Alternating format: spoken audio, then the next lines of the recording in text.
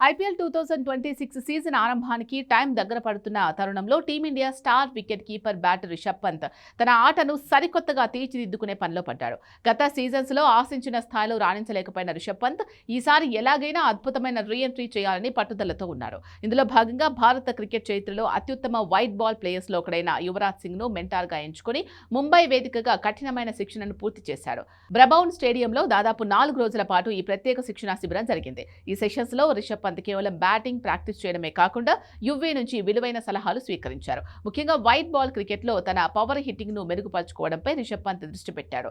Fielding పరిమితులను అనుకూలంగా మార్చుకుంటూ కొత్త రకమైన షాట్లను ప్రయోగించడం, ఒత్తిడి టైంలో వికెట్ కాపాడుకుంటూనే పరుగులు రాబట్టడం వంటి అంశాలపై యువరాజ్ సింగ్ శిక్షణ ఇచ్చారు. మ్యాచ్ పరిస్థితులను ప్రతిబింబించేలా డే అండ్ నైట్ ఈ ప్రాక్టీస్ సెషన్లు నిర్వహించారు.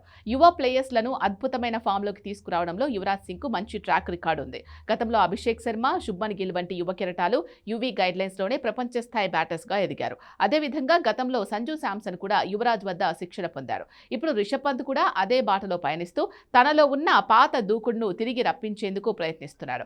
ఆగస్టు 2024 తర్వాత రిషబ్ పంత్ భారత్ తరపున పరిమిత ఓవర్ల క్రికెట్లో పెద్దగా కనిపించలేదు. కాబట్టి ఈ ఐపీఎల్ సీజన్ అతని కెరియర్ కు ఎంతో కీలకం కానుంది. ముంబైలో తన వ్యక్తిగత శిక్షణ ముగించుకున్న వెంటనే రిషబ్ పంత్ నేరుగా చెన్నైకి చేరుకున్నారు. అక్కడ లక్నో సూపర్ జైంట్స్ జట్టు నిర్వహిస్తున్న ప్రీ సీజన్ క్యాంపులో రిషబ్ పంత్ చేరాడు. ఆ క్యాంప్ సీనియర్ కోచ్లు భరత్ అరుణ్, లాన్స్ క్రూజనర్ పర్యవేక్షణలో జరుగుతోంది.